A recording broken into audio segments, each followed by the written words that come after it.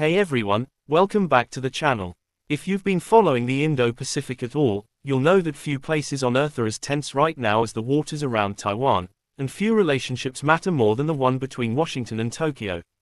So when the Wall Street Journal drops a story saying that Donald Trump, in a private meeting at Mar-a-Lago, personally warned Japan's most hawkish leadership contender, Sanae Takaichi, not to provoke China over Taiwan, well, that's the sort of thing that makes you sit up and pay very close attention. Let's start with the headline fact. According to multiple people familiar with the conversation, Trump told Takaichi that Japan should avoid inflammatory actions or statements that could drag the United States into a conflict with Beijing. In plain English, he was saying calm it down, don't poke the dragon too hard because if things kick off, America might end up holding the bag. Now, this wasn't a public statement, it wasn't a tweet, it was a private aside during a broader discussion, but in diplomacy, especially between allies as close as the US and Japan, private messages like this carry enormous weight. First, a quick reminder of who Sanae Takaichi actually is, because outside Japan she still flies a bit under the radar compared to some of the other big names. Takaichi is a veteran lawmaker, multiple times cabinet minister, and unapologetically on the hard right wing of the ruling Liberal Democratic Party. She's a devotee of the late Shinzo Abe's muscular national security vision. She visits Yasukuni Shrine without apology, she wants Japan to have its own nuclear debate, she pushes for constitutional revision to fully unshackle the self-defense forces, and when it comes to China and Taiwan she has been consistently, vocally hawkish. During the LDP leadership race a couple of years ago and again in whispers about the next one, she's the candidate that Beijing watches with particular nervousness and that Washington's China hawks quietly cheer for.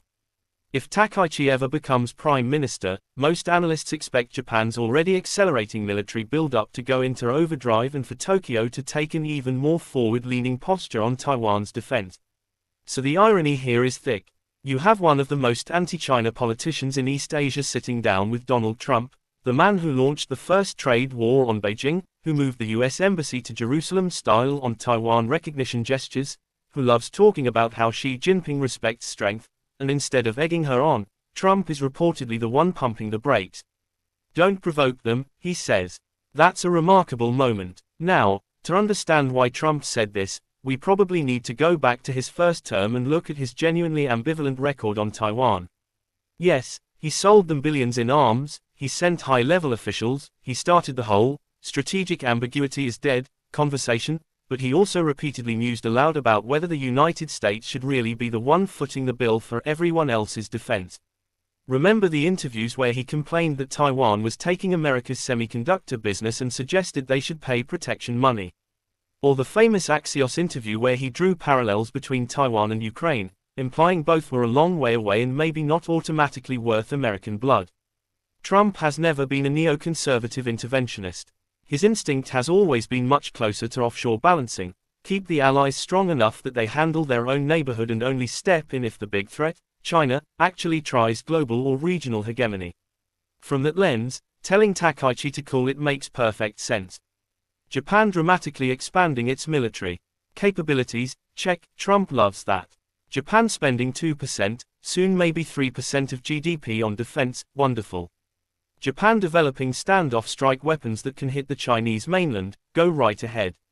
But Japan deliberately trying to turn the Taiwan issue into a casus belli that forces America's hand before Beijing has actually moved, that's where Trump draws the line. Because in his mind, the best way to deter China is to build strength quietly and avoid giving Xi a pretext to claim that the evil foreigners are encircling the motherland and forcing his hand. There's another layer here that's easy to miss if you're not steeped in Japanese politics. Tokyo has been extremely careful in public not to cross certain red lines on Taiwan. Japanese leaders will say Taiwan's peace and stability is essential to Japan's security, they'll talk about preparing for contingencies, but they almost never say outright that Japan would join a war to defend Taiwan. That's deliberate. It keeps the escalation ladder fuzzy. Takaichi, however, has been one of the loudest voices pushing to end that ambiguity, calling for legislation that would commit Japan to Taiwan's defense in certain scenarios.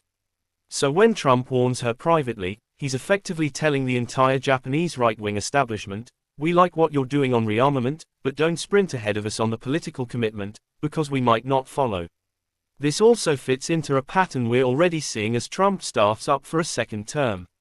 The people he's surrounding himself with on Asia, suspects like Elbridge Colby, like Mike Pompeo's outer circle, like the various, restraint-oriented realists, are all deeply skeptical of turning Taiwan into an automatic tripwire.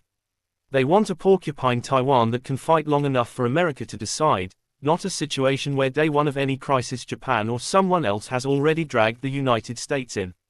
So where does this leave us? For Japan, it's a sobering reminder that even under a Republican administration that is rhetorically tough on China, the old post-war assumption that Uncle Sam will automatically ride to the rescue is fraying. Tokyo is going to have to keep investing in its own capabilities because the cavalry might be slower than advertised. For Taiwan, it's another data point that strategic ambiguity isn't quite dead yet, and that the next American president may want more off-ramps than on-ramps.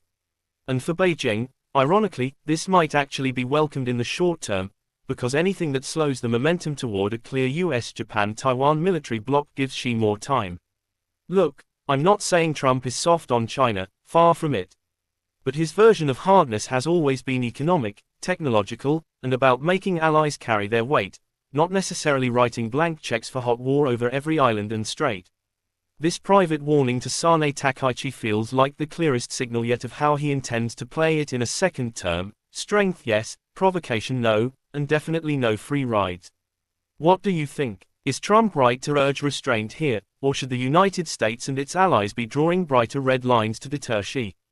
Drop your take in the comments, I read 'em all. If you found this breakdown useful, smash the like button, subscribe, and hit the bell because we're going to be covering every twist and turn of the new Trump era and what it means for the world's most dangerous flashpoints. Thanks for watching, and I'll see you in the next one.